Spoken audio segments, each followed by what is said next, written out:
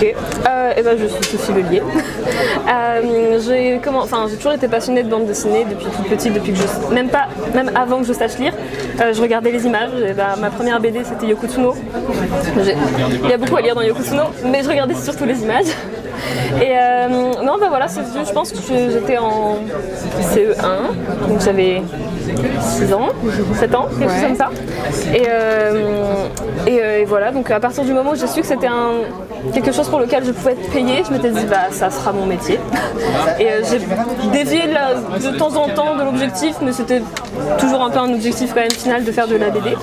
Et donc après j'ai fait des études d'illustration à l'école Pivot. Et j'ai quitté Pivot pendant le Covid, donc j'ai commencé à un peu tâter de l'illustration jeunesse, et puis tout en montant mon dossier en même temps parce que c'était un confinement, donc j'avais rien d'autre à faire. Et voilà. Alors je suis normande, donc j'ai toujours été un peu bercée dans le côté un peu viking. La Normandie est très fière de s'être fait envahir il y a il y a à peu près 1000 ans. Et donc j'ai toujours été un peu dedans, j'ai toujours connu ça.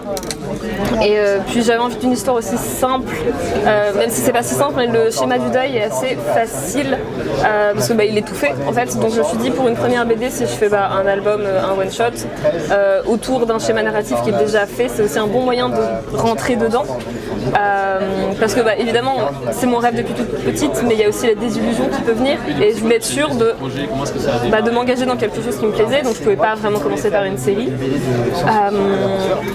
Je me suis beaucoup inspirée du jeu vidéo, et pendant le confinement j'avais pas grand chose d'autre à faire, donc j'ai beaucoup joué à des jeux vidéo, et je me suis dit que j'avais envie de faire une BD qui a un impact, évidemment l'impact émotionnel dans un jeu vidéo est plus fort, mais je voulais une BD qui pouvait susciter quand même de l'émotion, comme on peut avoir dans un jeu vidéo.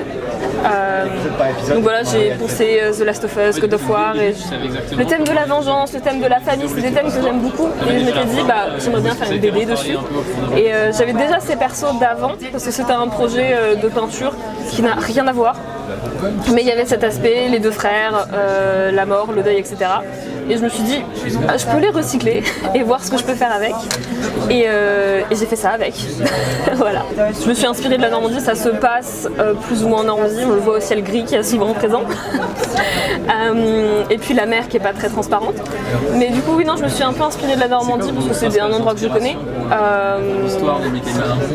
Et sinon, comme tout enfant normand, j'ai vu la tapisserie de Bayeux, donc je dirais que ça m'a servi aussi de base dans les costumes, dans les armes, dans l'esthétique un peu générale, c'est un peu tapisserie parfois.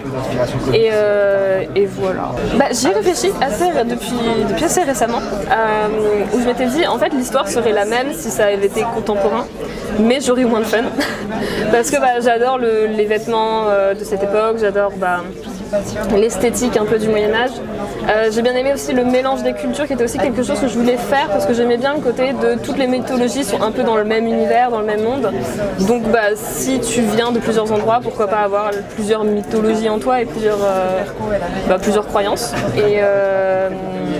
Et peut-être que ça aurait été plus glauque si ça avait été aussi un meurtre par quelqu'un que tu peux rencontrer dans la rue.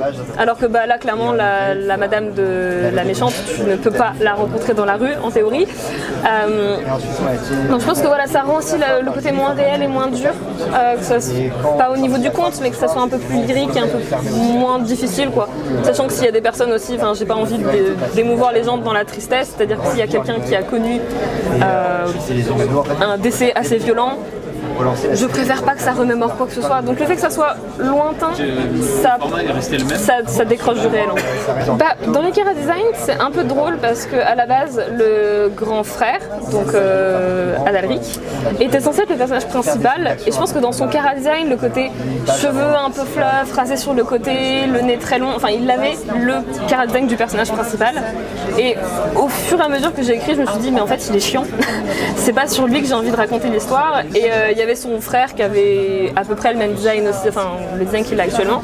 Et je me suis dit que avoir un personnage avec un design peut-être un peu plus passe-partout, dans le côté tu vis dans l'ombre de ton frère qui est le frère qui sait un peu tout faire, qui a en plus de ça un design plus sympa. Je trouvais ça intéressant d'avoir juste le mec aux yeux marrons, cheveux marrons, enfin il est pas moche mais il est pas particulièrement léger non plus. Pour le petit frère c'est un peu sur ça que je suis partie, et pour la mère c'est juste que je kiffe les grands cheveux et que j'ai toujours rêvé d'avoir une masse de cheveux incroyable et que je n'ai jamais pu. Voilà, je voulais juste créer mon modèle un peu de daronne forte. Voilà. Bah, encore une fois, ça ne manque pas le récit dans le réel. Donc, et ça aussi, ça permet d'avoir un background à la maman et aussi de lier un peu tous les événements de pourquoi le frère s'est fait assassiner, etc. Donc le côté mystique est vraiment rattaché à la mère. Et je trouvais ça chouette aussi de pouvoir faire des belles choses, des jolies arabesques, etc. Donc c'est un peu principalement esthétique et pour servir le background de la maman. Le public auquel j'allais m'adresser, je m'étais dit c'est moi. En fait, j'avais envie d'écrire une histoire qui me parle à moi, et moi ayant 23-24 ans à l'époque, oui, young adulte. Donc peut-être young adulte ado parce que je me souviens que j'ai abandonné la BD quand j'étais ado parce que je trouvais rien qui m'allait. Et j'ai repris la BD adulte parce que j'ai trouvé plus de choses qui m'allaient. Mais c'est vrai qu'il y a un peu ce flou à notre époque où quand t'avais 14 ans, tu te tournais forcément vers les mangas parce qu'aucun récit BD m'intéressait plus que ça. Probablement il y en avait, mais en tout cas j'étais pas encore assez dedans. Et je me suis dit aussi faire une BD que j'aurais aimé avoir entre les mains à 14-15 ans. Donc oui, voilà. Un peu des deux. Donc mon éditrice m'a pas mal aidée aussi dans la phase de réécriture, parce que je dirais que la phase qui est le plus difficile c'est écrire, parce que tout est très déconstruit dans ma tête. J'ai des micro-scènes que j'arrive pas à lier entre elles. Donc elle m'a pas mal aidée à faire le lien aussi dans les scènes, de savoir pourquoi tel ou tel truc se passe, et peut-être réfléchir à un background. C'est grâce à mon éditrice en soi que le personnage de Galzinte a énormément progressé, parce que elle était juste une maman à l'époque. Et donc c'est elle qui lui a aussi donné un petit peu un souffle de « Ah mais tu devrais faire un truc avec elle ». Donc j'ai pas mal été aidée par mon éditrice. Ma compagne aussi qui est dans la BD m'a pas mal aussi aidée dans le découpage, parce que c'est aussi quelque chose qui est pas facile du tout quand on commence. On sait pas s'il y a des règles dans la BD, parce que voilà, j'ai fait des études d'illustration, pas de BD.